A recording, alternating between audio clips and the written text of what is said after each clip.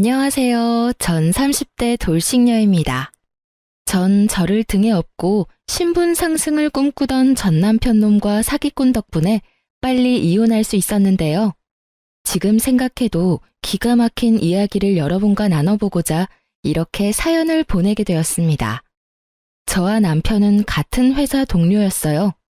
남편은 회사 내에서도 유명한 사람이었어요. 외모면 외모, 키, 성격, 업무 능력까지 두루 갖춘 남자였죠. 워낙 뛰어나니 당연히 인기가 많을 수밖에 없었고, 전 그런 남편에게 눈길도 주지 않았어요. 전 남편에 비해 보잘것없는 외모였기에 오르지 못할 나무를 볼 필요는 없다고 생각했어요.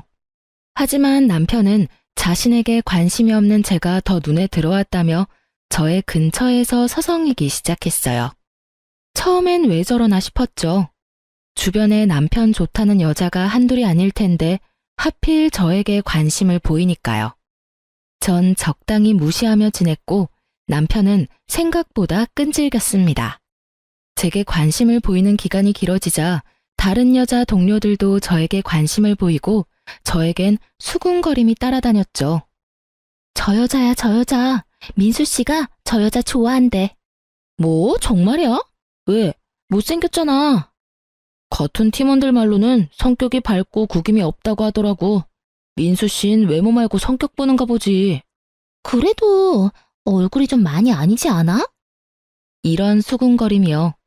전 제가 예쁜 편이 아니란 걸 알고 있었기에 그 정도 수위의 대화는 대수롭지 않았지만 저에게 쏠리는 관심 자체가 불편했어요. 그래서 남편에게 한마디 해야겠다 싶었죠. 저기 민수 씨, 요즘 저한테 왜 그러세요? 왜 자꾸 제 주변을 서성이시냐고요. 민수 씨가 계속 그러시니까 사람들이 자꾸 수군거리잖아요. 저 불편해요. 그 생각까진 못했는데 죄송해요. 그런데 수군거리는 게 문제면 그냥 저랑 만나주시면 되잖아요. 그러면 다들 축하해 줄 텐데요. 네? 저랑 사귀자고요. 저 은혜 씨 좋아합니다. 진지하게 만나보고 싶어요. 왜 하필 저예요? 제가 딱히 민수 씨한테 관심을 보인 것도 아닌데요. 민수 씨 인기 많잖아요. 주변에 민수 씨 좋아하는 여자가 한둘이 아닌데 저한테 이러시는 게 사실 이해가 되지 않네요. 그런 점이 좋았습니다.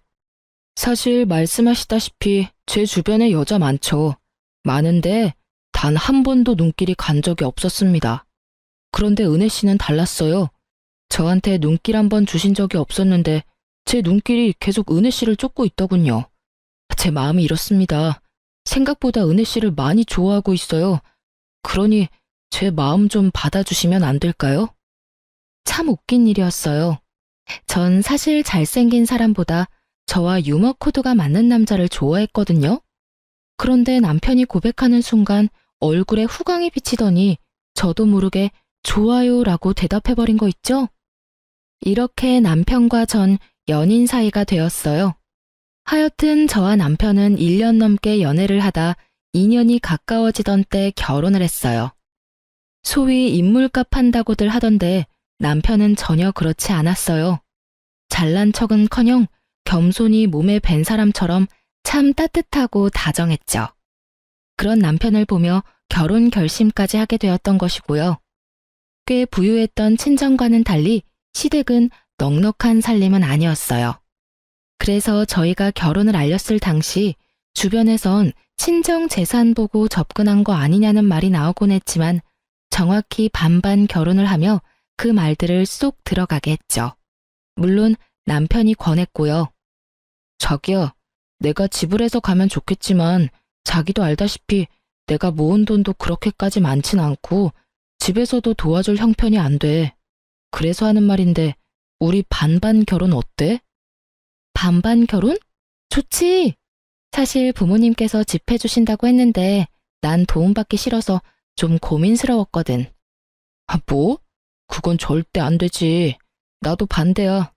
우리가 돈을 못 버는 것도 아니고. 사실 지금 당신한테 반반으로 하자는 것도 나 너무 미안해. 반반하는 게 뭐가 미안해. 그럼 우리 양쪽 집 도움 받지 말고 우리 힘으로 해결하자. 이해해줘서 고마워. 이렇게 저희는 돈을 합쳐 집을 마련하고 혼수도 마련했어요. 물론 대출도 조금 받았어요. 워낙 적은 금액이라 대출은 금방 갚을 수 있었죠. 결혼 생활은 행복했어요. 남편은 집안일도 나서서 함께 했고 전혀 싸울 일이 없었어요. 다만 문제가 있다면 정확히는 어머님이 문제였어요. 저흰 공동생활비를 제외하고 각자 돈 관리를 했기에 양가 부모님의 용돈은 각자 알아서 주기로 합의를 봤어요. 하지만 어머님은 남편이 드리는 용돈이 만족스럽지 않으신지 저에게 연락을 하셔 돈을 요구하는 일이 생겨났습니다. 돈만 요구하면 다행이었죠. 그날은 더 과한 요구를 하더라고요. 아가, 바쁘니? 통화할 수 있니? 네, 어머님, 말씀하세요. 무슨 일 있으세요? 다름이 아니라 입을 옷이 하나도 없어서 주말에 백화점 가려고 그러는데 네 카드 좀 다오. 네? 제 카드요? 그래, 네 카드. 네 카드로 옷 좀 사야겠다. 왜? 싫으냐? 싫다기보단 그이도 그렇고 저도 그렇고 용돈 드렸잖아요. 적은 돈이 아닌데 용돈은 어쩌시고 또 카드를 달라고 하시니 제가 좀 당황스러워서요. 누가 들으면 몇백만 원은 준 줄 알겠다. 고작 100만 원 가지고 누구 코에 붙이라고? 어머님, 고작이라뇨. 저희도 100만 원으로 충분히 생활해요. 더구나 어머님은 혼자신데 그게 부족하시다뇨. 혼자면 생활비 적게 쓴다는 법이라도 있니? 그리고 내가 이런 말까진 안 하려고 했는데 말이 나왔으니까 하마. 네가 그 완벽한 내 아들이랑 살 수 있는 게 다 누구 덕분인 것 같니? 다 내가 잘 낳고 잘 키운 덕분 아니겠니? 그런 나한테 현금 다발을 가져다 바쳐도 모자랄 판국에 그깟 카드 한 장 주는 게 그렇게 아깝니? 너도 참 뻔뻔하다 얘. 진짜 뻔뻔한 게 누군데 그런 말을 하는지. 그리고 돈 100만 원이 작나요? 참 진짜 기가 막히더라고요. 전 어머님의 황당한 요구에 할 말을 잃었고 때마침 옆에서 듣고 있던 남편이 제 휴대전화를 빼앗아 갔어요. 미간을 잔뜩 구긴 것이 화가 제대로 난 듯 했어요. 엄마, 이게 뭐 하는 짓이야? 이 사람한테 카드 맡겨놨어? 왜 이 사람한테 카드를 달래? 그리고 은혜한테도 용돈 받고 있었어? 아니, 그게 아니라 아들. 나는 괜찮다고 하는데 은혜가 챙겨줘서 하는 수 없이 받았어. 나 정말 괜찮다고 했어. 결혼 첫 달부터 전화로 용돈 내놓으라고 그 난리를 부리신 건 기억도 안 나시는지. 참 태연스럽게도 거짓말을 하시더라고요. 남편은 그런 어머님의 말씀을 무시하고 단호하게 말했어요. 엄마, 앞으로 은혜한테 용돈 타령하지 마. 만약에 은혜가 주더라도 다시 돌려주라고. 당연히 이번 주말에 카드도 없으니까 그런 줄 알고 끊어. 그리고 다신 은혜한테 이런 일로 전화하지 마. 한 번만 더 이런 일 있으면 명절에도 집에 가는 일은 없을 테니 그런 줄 알아. 그러고선 전화를 딱 끊는데 어머님께는 죄송하지만 참 든든하더라고요.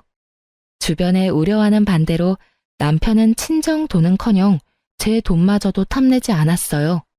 그 후론 어머님의 돈 요구는 사라졌지만 틈만 나면 전화하셔서 시댁으로 부르시기 시작했습니다. 평일엔 일을 해야 하니 변명거리라도 있었지만 주말엔 꼼짝없이 가야만 했어요. 그것도 2번 갔을까요? 제가 너무 피곤해하자 남편이 중간에 나서서 앞으로는 주말에도 부르지 말라고 못 박아준 덕분에 시댁 방문도 하지 않게 되었죠. 정말 든든하더라고요. 남의 편이라 남편이라고들 하던데 저희 남편은 온전한 제 편이었어요.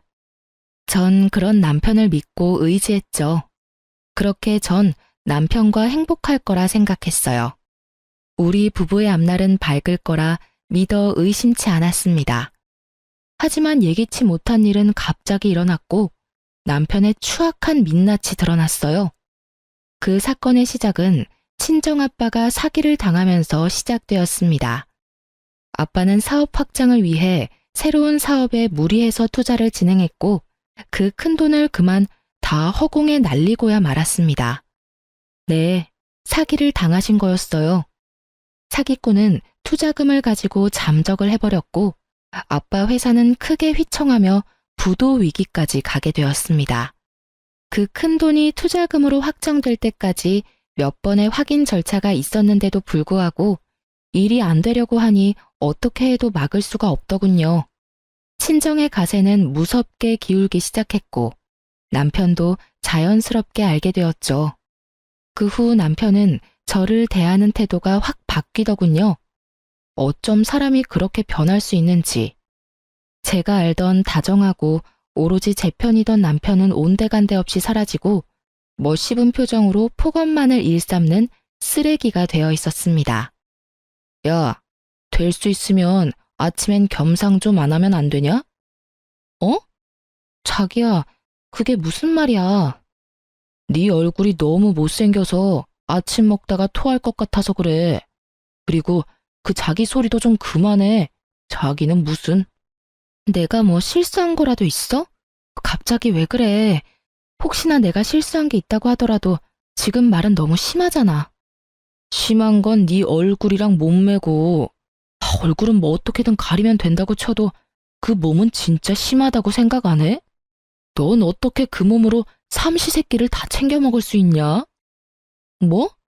진짜 말 다 했어?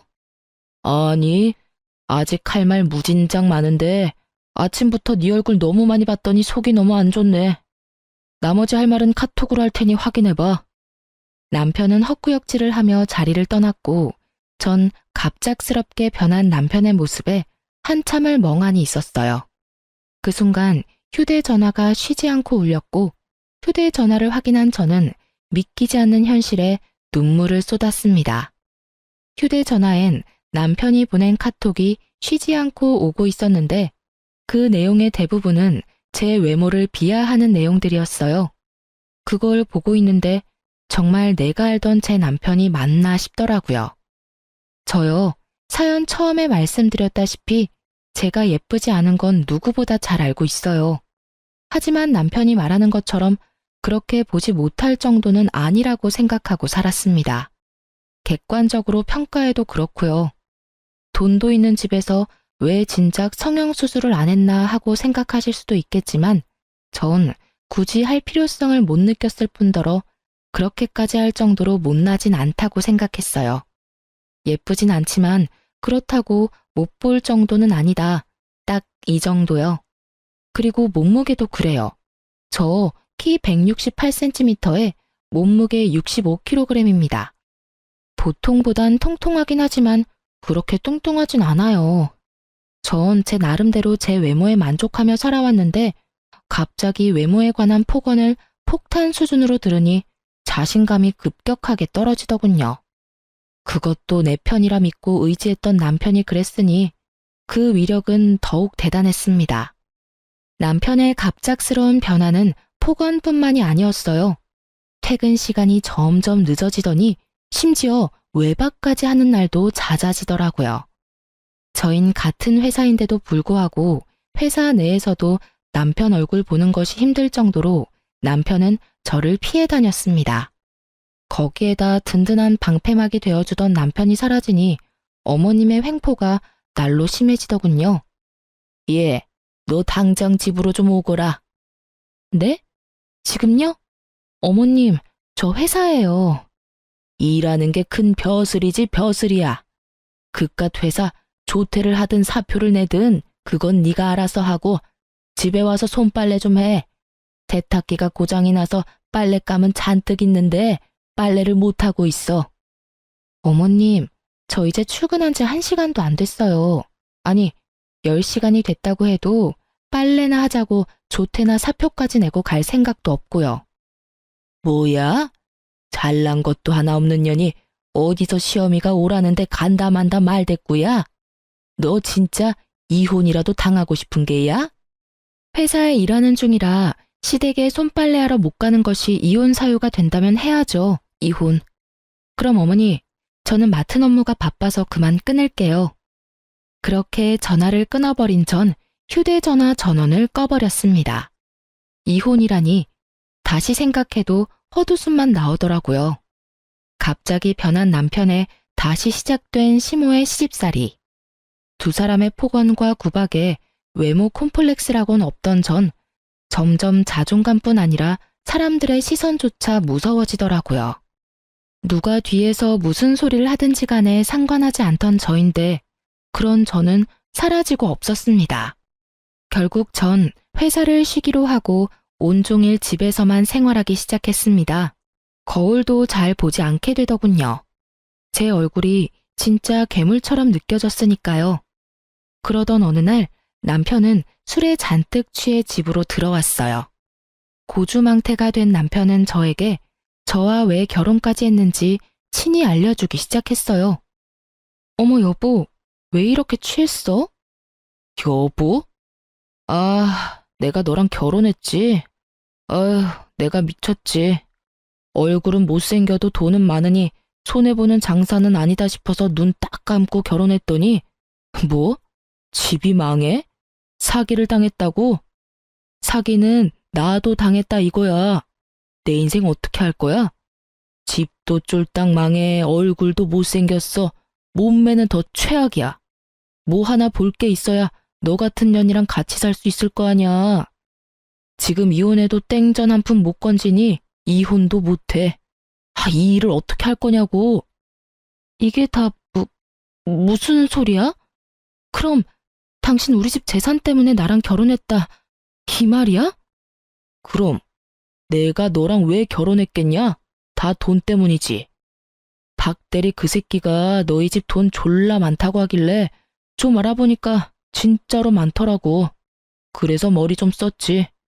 와, 네 옆에서 알짱거리는 거 진짜 힘들었다. 오래 여자라고 튕길 땐 진짜 돈이고 뭐고 다 때려치우고 싶은 거 겨우 참았다고. 알아? 내가 그 역겨운 과정을 다 이겨내고 결혼까지 했는데 왜 하필 지금 망하냐고. 나한테 적어도 작은 사업체 정도는 떼주고 망했어야지. 지금 그걸 말이라고 해? 어떻게 그런 말을 할 수가 있어? 그런 말을 할 수가 있지. 내가 오죽하면 이러겠어? 이 집도 그래. 내가 너 안심시키려고 있는 돈 없는 돈 싹싹 끌어모아서 이 집 살 때 보탠 거야. 이럴 줄 알았으면 그때 집 사준다고 할 때 받았지. 내가 미쳤다고 대출까지 내서 돈 보탰겠어? 그래요. 남편은 저에게 계획적으로 접근했던 것이었습니다. 그 다정했던 미소도 손길도 심지어 눈빛까지 다 연기였어요. 친정에서 집을 사준다고 할 때 한사코 거부하더니 다 이유가 있었던 것입니다. 친정 소식을 들은 후로 변해버린 남편을 보며 짐작은 하고 있었지만 직접 그 입으로 다 듣고 나니 더 충격적이더라고요. 처음부터 끝까지 다 계획적이었다니 충격이 크니 눈물은커녕 웃음이 나더라고요. 제가 미친 사람처럼 웃으니 남편은 얼굴도 못생긴 게 정신까지 나갔다고 말하며 방으로 들어가 버리더군요. 남편의 말처럼 정신 나간 사람처럼 밤을 지새우고 남편이 출근을 하고 나서야 거실로 나왔습니다. 그리고 생각했죠. 앞으로 어떻게 해야 할지요. 당연히 이혼을 해야겠지만 부모님 걱정이 앞서더군요. 그렇지 않아도 지금 회사 문제로 충격이 크신데 저까지 이혼한다고 하면 그 충격으로 큰일이라도 생기면 어쩌나 하는 생각이 제 발목을 잡았죠. 이러지도 저러지도 못하는 상황에 그렇지 않아도 미칠 지경인데 어머님까지 절 가만두질 않았습니다. 제가 전화를 받지 않으니 집으로 찾아오기 시작했어요. 자기 집 마냥 자연스럽게 비밀번호를 누르고 들어와선 온 집안을 헤집고 다니는 것은 기본이고 때 되면 밥 타령에 간식 타령, 심지어 육조에 물까지 받으라며 목욕 수발까지 들게 하더군요. 날마다 심해지던 시집살이는 결국 본색을 드러냈습니다. 여느 날과 같이 자연스럽게 비밀번호를 누르고 들어온 어머님은 저를 부르더군요. 예, 여기 좀 앉아봐라. 전 크게 한숨을 쉬며 어머님 앞에 앉았고 그런 저를 보며 어머님은 혀를 차시더라고요. 그렇게 한숨이나 퍽퍽 쉬니 집이 안 망하고 백이니? 그런 말씀하시려고 저보고 와보라고 하신 거예요? 에휴, 그러면 나도 본론만 말하마. 이 집 명이 공동명이라고 들었다. 그게 말이나 되니? 말이 안 될 건 없죠. 그이랑 저랑 정확히 반반씩 내서 집도 마련하고 대출금도 갚았으니 공동명의가 당연한 거 아닌가요? 그건 너희 집이 망하기 전에나 말이 되는 이야기였고, 지금은 너희 집이 쫄딱 망하지 않았니? 이제 내 아들에게 물려주거나 해줄 수 있는 재산이 전혀 없는데, 이 집이 공동명의인 건 당연히 말도 안 되는 거야. 당장 내 아들 명의로 바꾸거라. 네 집에서 내 아들한테 재산 한 푼 못 주는 대신 집이라도 내 아들 명의로 돌리란 이 말이야. 여러분은 이 말이 이해되시나요? 친정 재산을 남편에게 못 물려주니 함께 마련한 아파트 명의를 친정 재산을 대신하여 남편의 명의로 바꾸라니. 전 도대체가 기역부터 시작해서 히읗까지 이해되는 말이 없더군요. 이해되는 말이 없으니 대답조차 못하고 있자 어머님은 작정하고 오셨는지 더 황당한 말을 하더군요. 명의 바꾸는 대로 이 집에서도 나가. 난 더 이상 너 같은 애랑 내 아들이랑 같이 사는 꼴 보기 싫으니 말이다. 그러니까 집도 주고 이혼도 해라. 이 말씀이세요? 얼굴은 그따위로 생겼어도 머리는 좋은가 보구나. 하긴 그 얼굴로 살려면 머리라도 똑똑해야 하겠지. 어머님, 무슨 말씀을 그런 식으로 하세요? 왜? 내가 틀린 말 했니? 내가 이제 와서 하는 말이지만 너 처음 봤을 때 깜짝 놀랐다. 어떻게 그런 얼굴로 우리 민수랑 결혼 마음을 먹을 수가 있는지. 그나마 집에 돈이라도 많다고 하길래 눈 꼭 감고 받아줬더니 우리 아들 앞길에 꽃은커녕 재나 뿌리고 있으니 응. 어머님, 제가 그의 앞길에 무슨 재를 뿌렸다고 그러세요? 집이 쫄딱 망했잖니. 부도 직전이라며. 그러다 부도라도 나면 길거리 나앉을 텐데 그때 이 집에 와서 같이 사니마니 하는 꼴 나는 못 본다. 그러니까 집 명의도 당장 바꾸고 이혼해서 이 집에서 나가렴. 무슨 악담을 그렇게 하세요? 그리고 왜 어머님께서 저희가 이혼할지 말지를 걱정하세요? 내가 네 남편 엄마인데 결정 못할 건 또 뭐니? 하여튼 내 말대로 한다는 걸로 알고 가볼 테니 더는 긴 말하지 말거라. 끝까지 제 속을 다 헤집어 놓은 시무는 제가 무어라 답하기도 전에 집을 나가버리셨습니다. 무슨 이런 경우가 다 있나 싶더라고요. 저에게 한 폭언 증거만 다 모아도 위자료는 제가 받아야 할 판국인데 맨몸으로 집을 나가라뇨. 어머님의 말씀을 곱씹고 또 곱씹고 있는데 진동 소리가 들려왔어요. 전 휴대전화를 확인했고 제 휴대전화엔 아무것도 온 것이 없었습니다. 하지만 그 순간에도 진동 소리가 짧은 간격으로 계속 울리더군요. 전 진동 소리를 따라 몸을 움직였고 그곳엔 어머님의 휴대전화가 울리고 있었습니다. 화면에는 메시지가 오고 있더군요. 상대는 다름 아닌 남편이었고 보이는 내용만 봤을 뿐인데 가관이더라고요. 그러니까 엄마, 더 가혹하게 구박하란 말이야. 더럽게 치사해서라도 다 포기하고 나가도록. 단번에 알 수 있었죠. 어머님을 뒤에서 조종하는 이가 남편이라는 것을요. 전 이제 더는 받을 충격도 없다는 생각이 들었고 어머님의 휴대전화를 확인했어요. 무엇을 보게 되든 지금보다 더 충격적일 순 없다는 생각이 들었죠. 하지만 제 남편은 제 생각보다 더 심각하게 인간 이하였습니다. 문자 메시지 하면 온갖 치졸한 대화들이 많았는데 그중 가장 충격적인 것이 저희 집에 오시기 바로 직전 나눈 대화였어요. 거기엔 남편의 긴 장문의 문자가 있었는데 그 내용은 저에게 더 큰 충격을 주기에 모자람이 없었죠. 엄마, 사실은 내가 여자가 생겼어. 이 여자도 엄청난 부자인 것 같더라고. 친정도 잘 사는데 이 여자도 능력이 좋아. 망할 일도 없어 보이고 심지어 얼굴도 엄청 예쁘다고. 나도 이제 그 매주 같은 얼굴 말고 예쁜 여자랑 살고 싶어. 지금 만나는 여자는 나 유부남인 것도 몰라서 빨리 이혼하고 서류 정리해야 한단 말이야. 집도 있다고 해놔서 집 명의도 내 명의로 빨리 바꿔야 한다고. 남편의 장문 문자도 충분히 화가 나고도 남는데 문자를 쓰지 못하는 어머님의 이응, 단 한 글자뿐인 답장에 제 분노가 폭발해버렸습니다. 몸이 떨리는 건 물론 이까지 드르륵 갈리며 이 두 인간을 갈아 마셔도 화가 풀리지 않을 것만 같았습니다. 전 곧 휴대전화를 가지러 오실 어머님과 마주했다간 복수는 시작도 못하고 끝날 것만 같아 일단 집 밖으로 나와버렸습니다.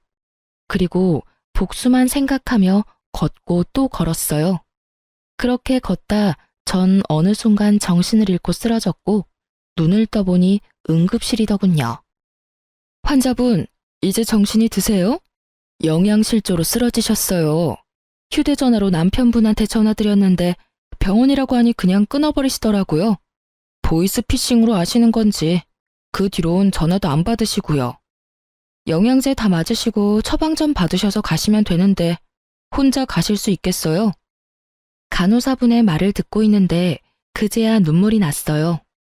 모든 것이 현실이었고 제가 맞이한 현실은 가혹하더군요. 그렇게 한바탕 눈물을 쏟아낸 저는 줄어드는 영양제를 보며 복수를 계획했습니다.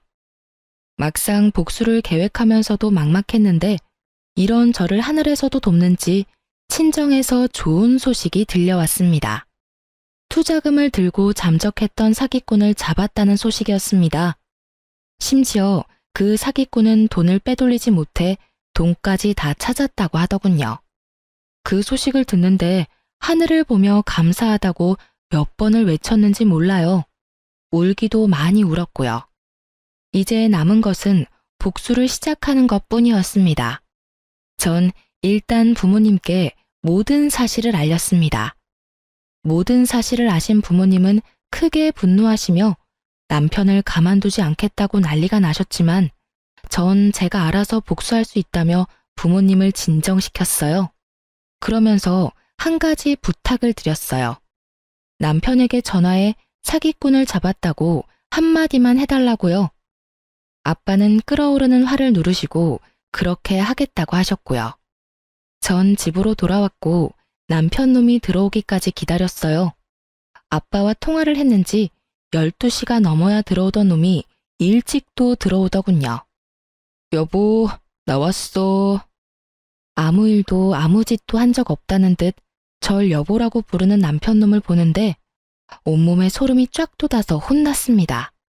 저 정도면 정말 연기대상감이란 생각밖에 들지 않더군요.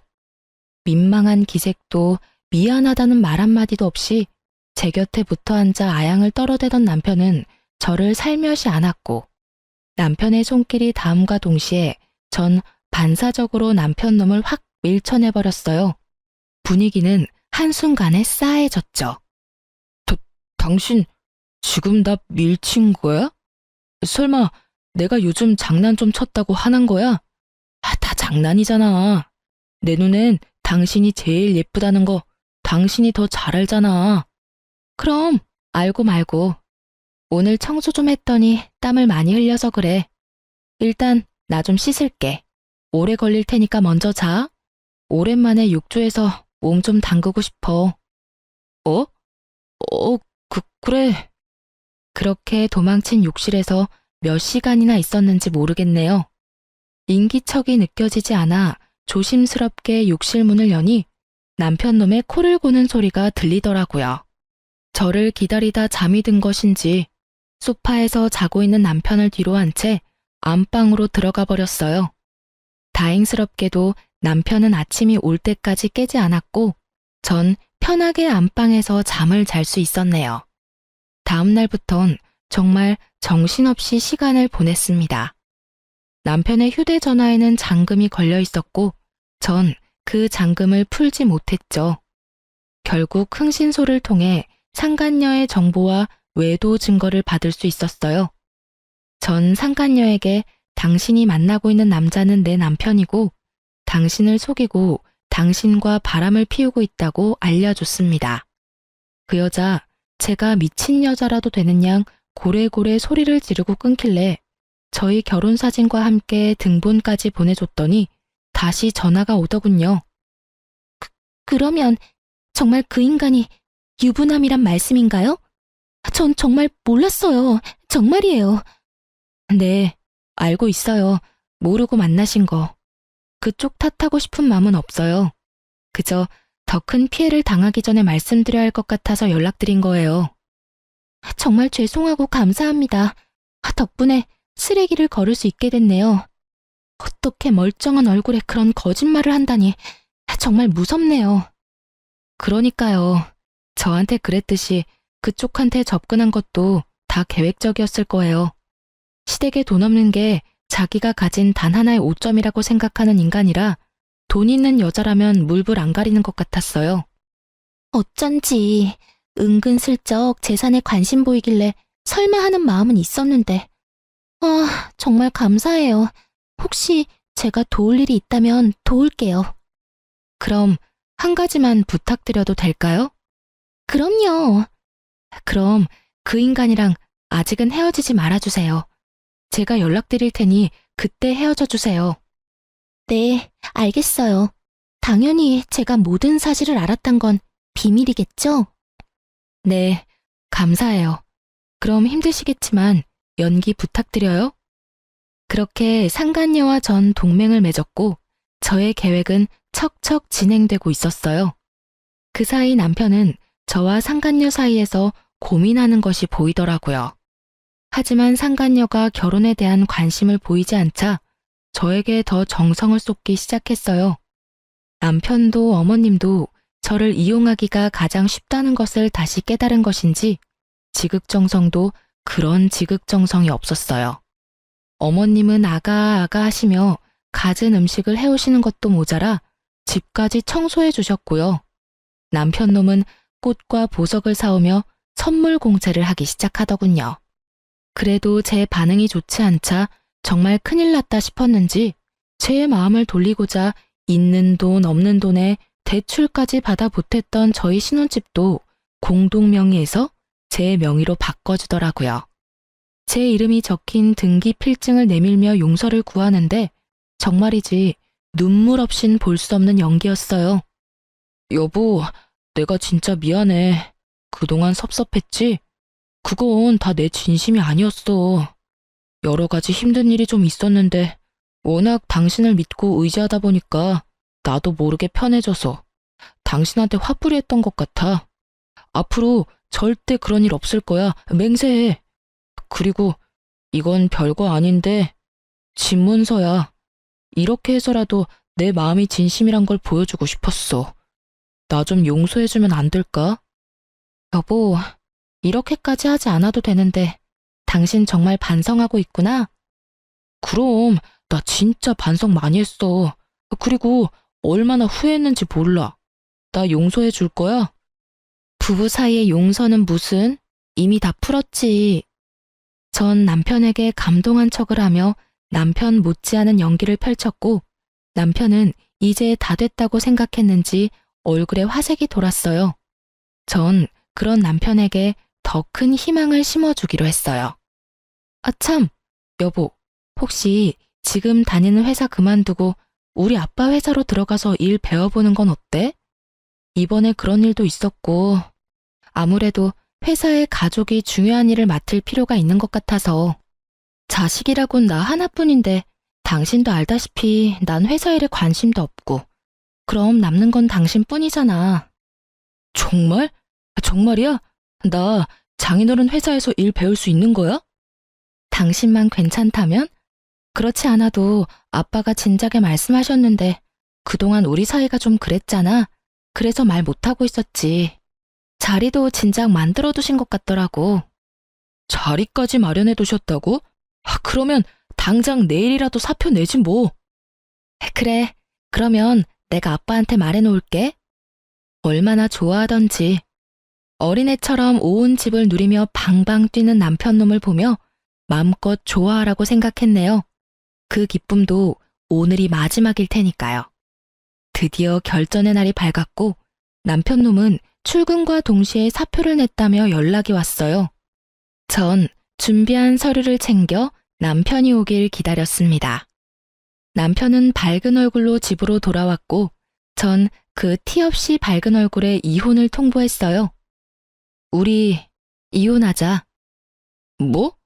뭘 하자고? 내가 잘못 들은 거지. 이혼이라니. 제대로 들은 거 맞아. 이혼해 우리. 갑자기 무슨 이혼이야. 어제 나 다 용서했다며. 그 말을 믿었어? 네가 나한테 한 짓이 있는데 용서가 그렇게 쉽게 될 거라 생각했다니 순진하다 해야 해, 멍청하다고 해야 해? 여보, 이러지 마. 나 절대 이혼 못해. 난 죽어도 이혼 못한다고. 방금 회사에 사표까지 냈는데 우리 이혼하면 나 어떻게 해? 남편은 제 다리를 붙잡고 매달리기 시작했고 전 준비해둔 이혼 서류와 함께 외도 증거들을 남편에게 건네주며 말했어요. 하기 싫어도 해야 할 거야. 증거가 이렇게 차고 넘치거든. 가지가지 했더라. 계획적으로 접근한 것도 모자라서 바람까지 피우고 계셨던데. 질질 끌지 말고 이혼해 그냥. 소송으로 가봤자 너한테 불리할 뿐이니까. 이걸 어떻게... 어떻게긴 당신이 좋아하는 그 돈으로 못할 일이 있겠어? 돈이 참 좋긴 좋아. 돈만 주면 이런 증거쯤은 몇 시간 만에 내 소나기에 턱턱 들어오니까 말이야. 다 오해야. 내 말 좀 들어봐. 그게 저 여자가 나 일방적으로 쫓아다녔어. 난 좋게 좋게 타이르느라 몇 번 만난 것뿐이고. 정말이야. 믿어줘.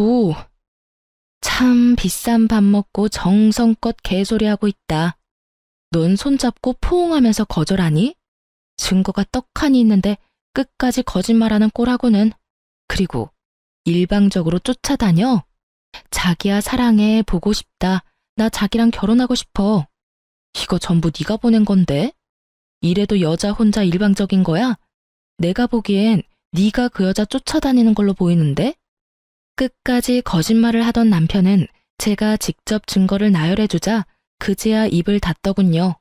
할 말이 없었겠죠. 이렇게나 빼도 박도 못할 증거가 눈앞에 펼쳐지니 말이에요. 한참을 사진을 보던 남편은 사진을 갈기갈기 찍기 시작했어요. 사진이야 다시 뽑으면 그만인데 머리가 나쁜 것인지 생각이 없는 것인지 참 필사적으로도 찢더라고요. 너 생각보다 머리가 나쁘구나. 사진이야 다시 뽑으면 그만이야. 남편은 잠시 멈칫하더니 다시 저에게 빌기 시작하더군요. 여보, 진짜 내가 잘못했어. 내가 미쳤나 봐. 내가 진짜 잘못했다니까. 당신 나 사랑하잖아. 당신 나 없이 살 수 있어? 내가 잘 아는데 당신 나 없이 못 살아. 상사병에 걸릴 수도 있다고.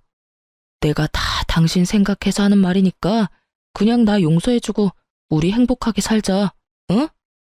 이 미친 자신감은 어디서 나오는 건지.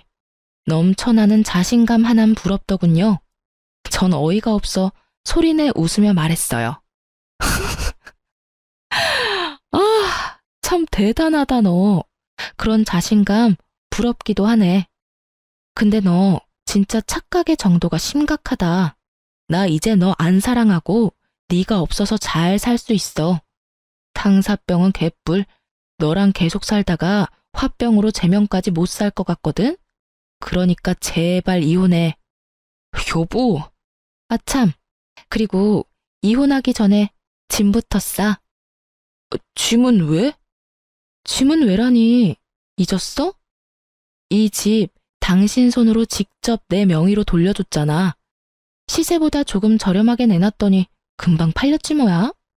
내가 인심 써서 가정 가구는 당신 줄 테니까 그걸로 월세라도 얻어서 잘 살아. 그러면 법원에서 보자. 전 그대로 집을 나와버렸습니다. 정말 운이 좋았어요. 복수를 계획하며 내놓은 집이 타이밍 좋게 딱 팔려주었으니까요. 남편에게 말한 대로 시세보다 조금 싸게 내놓긴 했지만 전혀 아깝지 않았어요. 오히려 이득이었죠. 반만 투자한 집이 온전한 제 것이 되어 돌아왔으니까요. 남편은 생각보다 더 쉽게 저와 이혼해 주었고 전 성공적으로 복수에 성공하게 되었습니다. 저와 쉽게 이혼해준 전 남편의 행보는 뻔했고 전 상간녀에게 연락해 지금이라는 말을 전했어요. 지금이 헤어질 적기라는 뜻이었죠. 헤어질 날만 기다렸던 상간녀는 생각보다 더 잘해주었어요. 자신을 찾아온 전 남편에게 유부남이었던 거 다 알고 있다며 뺨도 날려주고 물도 뿌려줬다고 하더군요. 그러면서 사기죄로 고소하기 전에 썩 꺼지라는 말까지 했다고 해요. 전 남편은 자신이 저지른 잘못이 큰 걸 알고는 있는지 그대로 줄행랑을 쳤다고 하고요. 모르긴 몰라도 돈 많이 썼을 거예요. 처음부터 저한테 돈을 잘 쓰긴 했는데 제가 고가의 선물 같은 건 바란 적이 없었거든요. 그런데 속였다는 거 알고 난 뒤부턴 가방도 받아내고 목걸이, 반지 다 받아냈어요. 카드로 다 긁던데. 그 빚 언제 다 갚으려나 몰라요. 이러니 생각보다 더 잘해낸 거 틀림없죠? 제 작전보다 더 잘 끝나버린 복수에 두 발 뻗고 잘 자고 잘 지낸 저와는 달리 전 남편은 전혀 잘 지내지 못했는지 차마 눈뜨고 보지 못할 꼴로 몇 달 만에 저를 찾아왔습니다. 전 당시에 친정에 있었는데 부모님도 외출하고 계시지 않아 어쩔 수 없이 전 남편을 마주해야 했죠. 웬일이야? 나한테 더 할 말이 남았어? 여보? 진짜 여보 맞아? 당신 진짜 예쁘다. 진짜 진심이야. 저를 보며 놀라는 전 남편. 그럴 수밖에요. 전 이혼 후 회사에 다시 출근하며 다이어트를 시작했고 피나는 노력으로 다이어트에 성공했습니다. 얼굴 살도 많이 빠졌고 경락 마사지도 꾸준히 받았고요. 얼굴에 있던 점도 다 뺐는데 그 효과를 크게 봤어요. 고작 점만 뺐을 뿐인데 얼굴이 더 환해지더라고요. 이목구비도 더 또렷해지고 얼굴도 환해지니 제 얼굴도 꽤 예쁘더라고요. 얼굴이 예뻐지니 화장에도 관심이 생기고요. 그런 소리나 하려고 나 찾아온 거야? 아니, 몰라보게 변한 모습에 놀라서 그만. 여보, 내가 진짜 잘못했어. 그 여자랑도 완전히 헤어졌고 나 이제 진짜 당신뿐이야. 나 좀 받아주면 안 될까? 내가 진짜 한평생 당신만을 위해서 살게. 전 남편은 무릎까지 꿇고 그야말로 손이 발이 되게 빌기 시작했어요. 눈에 눈물까지 고이며 비는데 그 모습조차 역겨워 혼났네요. 전 불쌍한 척 눈물을 훔치는 남편의 꼴을 훑으며 말했어요. 있잖아, 잘 들어? 난 너같이 집도 가난하고 인물도 볼 것 없는 버러지랑은 다시 살 생각은 추호도 없어. 지금 네 얼굴을 마주하고 있는 이 순간에도 구역질이 날 것 같은데 어떻게 한 집에서 같이 살 수가 있겠어? 그러니까 제발 좀 꺼져주라. 응? 여보, 그러지 말고 예정을 생각해서 다시 한 번만 생각해보면 안 될까? 갈 때까지 간 전 남편은 끝까지 구질구질하게 굴었고 전 저를 붙잡고 늘어지는 전 남편의 손을 뿌리치며 말했습니다. 100만 번을 생각해도 예정은 없고 1000만 번을 생각해도 너랑은 이제 끝이야, 끝. 그러니까 부모님들 오시기 전에 당장 꺼져. 부모님들 오시면 모르긴 몰라도 너 어디 하나 부러질 게 뻔하니까 두 발로 걸어 나갈 수 있을 때 가. 이게 내가 너한테 베풀 수 있는 마지막 인내심이자 호의니까. 야, 진짜 너 해도 해도 너무하는 거 아니야? 내가 뭘 그렇게 잘못했냐? 뭐? 바람 피운 거? 상식적으로 나 정도 되는 남자가 너 같은 여자랑 사는데 평생 너만 바라보면서 살 수 있을 거라 생각했어? 당연히 한눈도 판다고 생각하고 결혼했어야지. 아, 그래? 내가 생각이 짧았네. 그렇지? 그래. 말이야 바른 말이라고. 내가 뭘 잘못했어? 다 네가 생각이 짧았던 탓이지. 그러니까 이제 그만하고 다시 시작하자. 앞으론 한눈 파는 일은 없을 거야. 아니야. 나는 그릇이 작아서 날 등에 업고 신분 상승이나 하려는 놈이 바람까지 피우는 꼴 더는 못 보고 살아. 그동안 당했던 모욕도 잊을 생각 없고. 그러니까 당장 꺼져. 이 쓰레기야. 쓰레기? 이 나쁜 년. 내가 다시 찾아오나 봐라. 잘 먹고 잘 살아라. 이 피도 눈물도 없는 년. 전 남편은 바닥에 가래침까지 뱉고선 제 눈앞에서 사라졌습니다. 그렇게 모든 게 끝인 줄 알았어요. 하지만 전 남편과 전 시모는 끈질기더군요. 사람이 어떻게 그렇게 뻔뻔할 수가 있는지. 저희 부모님을 피해 제가 다니는 회사로 찾아오기 시작하더군요. 필사적으로 두 사람을 피하던 어느 날, 결국 회사 앞에서 잠복 중이던 두 사람과 마주하게 되었고, 두 사람은 깃털보다 가벼운 무릎을 꿇고 저에게 빌기 시작했습니다. 그것도 퇴근 시간 회사 앞에서요. 그 와중에 다행이라고 할 수 있는 건 전 남편 놈은 입이라도 다물고 있었던 것 정도겠네요. 아가, 우리가 다 잘못했다. 제발 한 번만 용서해주면 안 되겠니? 이 늙은 시어미가 이렇게 무릎까지 꿇고 싹싹 빌잖니? 네가 한 번만 용서해주면 내가 네가 원하는 건 뭐든 다 해줄 수 있단다. 그래, 평생 얼굴 안 보고 살자고 하면 그렇게 할 수도 있어. 이제 와서 이러셔도 아무 소용 없어요. 기혼한 지가 언젠데 아직까지 이러세요? 그리고 그 잘난 아들이 아무 말도 안 했나 봐요. 일전에 저희 친정으로 찾아와서 저한테 나쁜 년, 독한 년 그러면서 침까지 뱉고 갔는데 마침 바로 옆에 있으니 지금이라도 물어보세요. 저한테 어떻게 하고 갔는지 말이에요. 제 말을 들은 전 시모는 입을 꾹 다문 전 남편의 등짝을 때리더군요. 그 와중에 아들 아픈 건 또 싫은지 짝소리도 나지 않게 때리는 모습이 참 눈물겹더라고요. 야 이놈아, 네가 거길 어디라고 찾아가서 욕짓거리야. 잘못했다고 석고대죄를 올려도 모자랄 판국에 네가 정신이 있어 없어? 한참을 마사지하듯 전 남편의 등을 두드리던 전 시모는 제 눈치를 살피며 다시 싹싹 빌었습니다. 아가, 봤지? 내가 이렇게까지 했으니 이 녀석도 정신 차릴 것이야. 그러니까 네가 아량을 좀 베풀어주면 안 되겠니? 안 되겠는데요. 제가 왜요? 볼 거 하나 없는 집안에 꼬장꼬장한 시어머님, 거기에다 거지근성으로 가득 찬 이놈까지. 제가 미쳤다고 아량까지 베풀면서 인생 망치는 길을 또 가겠어요? 뭐야? 이 년이 진짜 오냐오냐 해줬더니 하늘 무서운 줄 모르고 짓거리는구나. 너 어디 맛 좀 봐라. 갑자기 돌변한 전 시모는 제가 피할 새도 없이 제 머리채를 잡아버리셨어요. 전 너무 당황한 나머지 머리채를 잡힌 채 아무 저항도 하지 못했고, 때마침 그 자리에 있던 저와 친한 동료가 달려와 전 시모를 제지시켜 주었어요. 그리곤 경찰에 신고도 해주었고요. 경찰에 신고하는 소리를 듣고 있던 전 시모와 전 남편은 붙잡혀가고 싶진 않았는지 그대로 도망을 가더군요. 열심히 도망가면 뭐 하나요? 제가 집도 다 알고 있는데요. 저는 출동한 경찰분께 친히 집 주소를 알려주었고, 어머님은 체포되어 경찰서로 가게 되었습니다. 그 고약한 성질 때문에 없는 살림 더 궁핍하게 되셨죠 뭐. 전 결국 회사를 그만두게 되었어요. 그 후론 두 사람이 찾아오진 않았지만 그만두는 게 맞다고 생각하여 그만두게 되었어요.